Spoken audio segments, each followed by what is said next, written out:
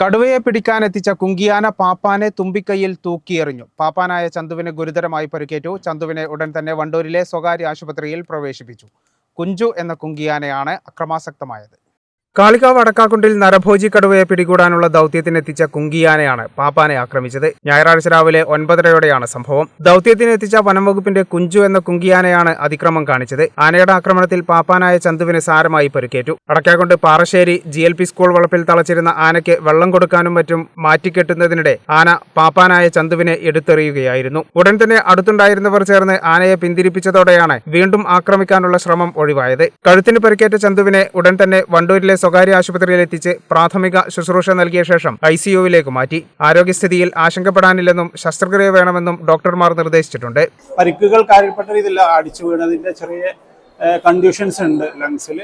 അതിന് പുറമെ എല്ലുകൾക്കോ കഴുത്തിന്റെ എല്ലുകൾക്കോ കാര്യപ്പെട്ട രീതിയിലുള്ള പരിക്കുള്ള ചതവ് പോലെയുള്ള കുറച്ച് മൈനർ പരിക്കുകൾ മാത്രമേ ഉള്ളൂ.